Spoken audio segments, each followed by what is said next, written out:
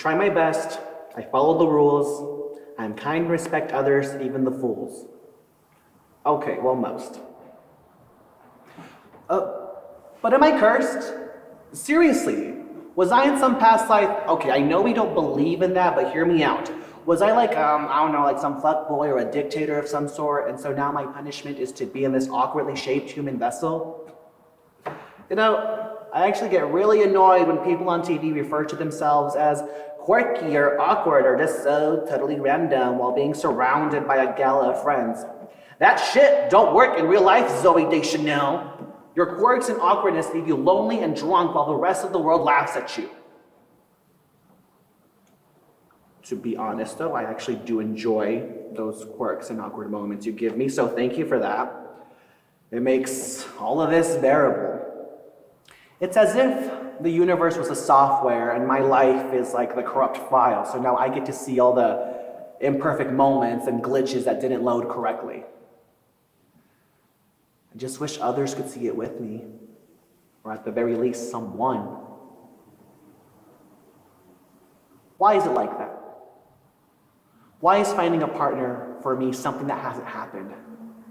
Damn, I got issues, but so does everyone else. Why do they always just see the quirks, glitches, issues before they give me a chance and see that I can also be a good time? That's it though. You want me to say yes to everything that you think is right. Like, it's not always about you.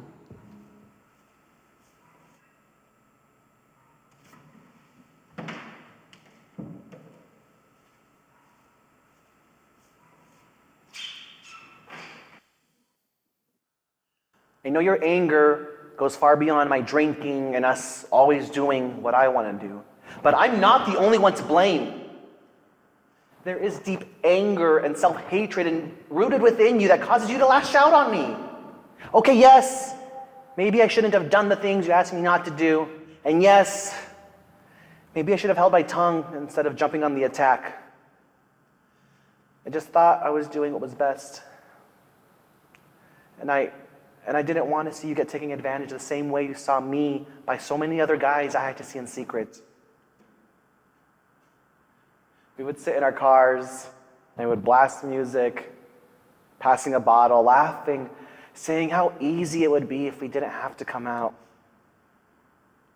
We would get so drunk and cry, realizing that wasn't anything we could control.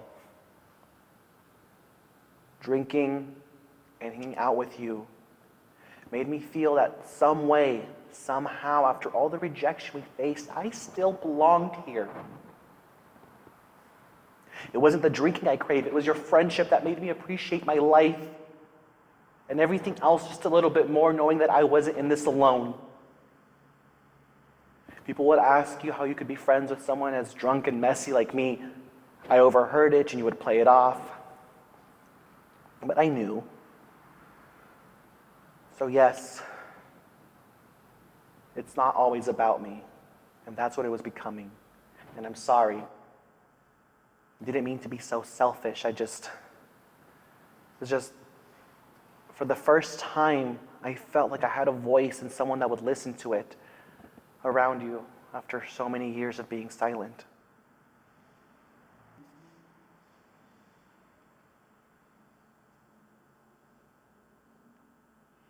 Being selfish and self-centered can push people away from me. But many people disguise this as confidence, and people love that. So why can't they see that with me? El mundo te come en un, dos por tres. Somos humildes, pero no inútiles. Y es mi trabajo enseñarte cómo actuar bien.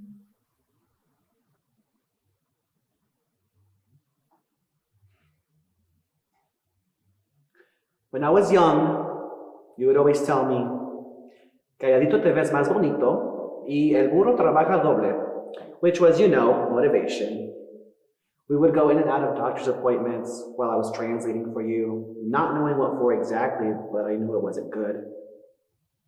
You would come home from your sessions feeling exhausted both mentally and physically. But as soon as you arrived, you forget like any of that happened and you would go back to blasting music and making sure we stayed productive, hiding any weakness you wanted to feel. Sometimes I wish you would show us how weak you really were. To break down in front of us so we would know it'd be okay to do the same. But you refused. You would say if someone would see us complain about the situation we're given, then it'll give them every reason to think we don't belong on their level. So, I disguised strength with fake confidence, and I disguised fake confidence with arrogance, hiding any weaknesses I had. Somos humildes, pero no invisibles, mami. Como quisiera tener sus fuerzas. I never steered off. I always obeyed. I prayed as you prayed to show people my good intentions. That's what I was taught. If I'm good, then good things will happen.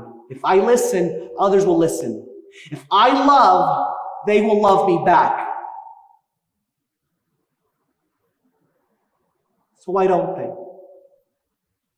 Why do they leave? When I was young, I prayed.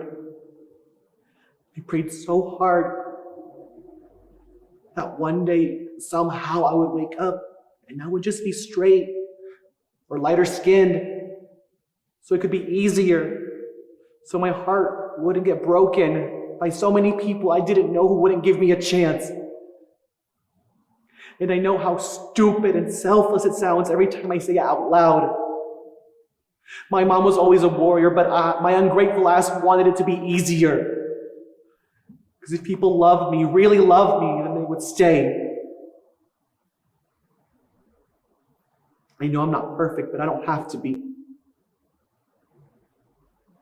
So why was it so hard for you to love me? I was always on time. I tried to succeed. If the American dream needed us to be perfect, then that's all we need. You taught me to work. You taught me to be polite and want more. I was polite. I worked for more, but at what point would I be enough for you? Everything had to be perfect around you. When we cleaned, it had to be spotless. When we got a B, you needed it to be an A. And I know none of this has to do with cleanliness or school, but oh, how I hated them both.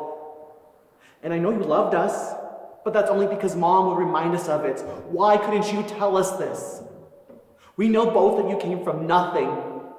You wanted what was best for us, and we were grateful. The outside world would remind us of that every time they made us feel small. When would we be enough? You would come to our events, our school games, after working 12-hour shifts, sometimes still in your construction clothes. The kids would laugh because their dad came in a suit, but we didn't care because we looked out and we saw you and we were proud of you. You were enough for us. So what was it? Why didn't we fit your perfect American dream? Did we come with too many issues? Were we too sick, too weak, too gay? Why weren't we enough for you?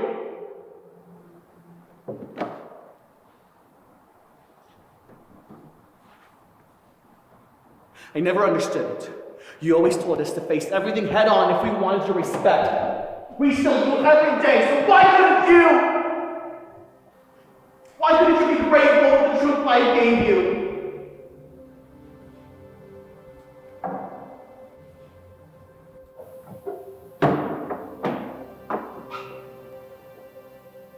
We are enough.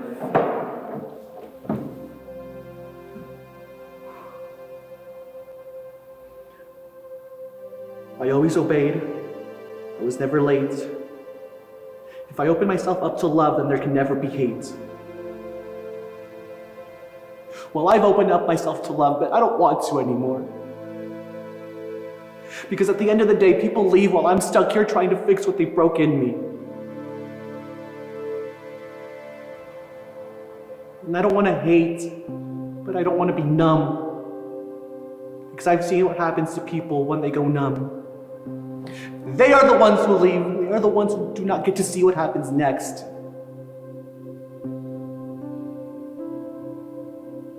I can be weak. I can be flawed. But I know I can learn. And I know I can love. And if I'm ever going to be enough, then I have to live the truth life gave me, my truth, glitches and all. And I have to hold myself accountable for my actions, even if it means people will leave.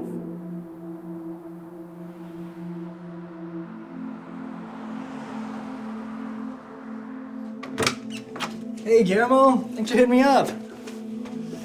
You want to come in for a drink? Actually, I don't think I'm gonna stay that long. Is everything okay? There's something that I've known for quite a while now, and I'm so sorry that it took me so long to finally build up the courage to finally tell you. I just want to do what's right.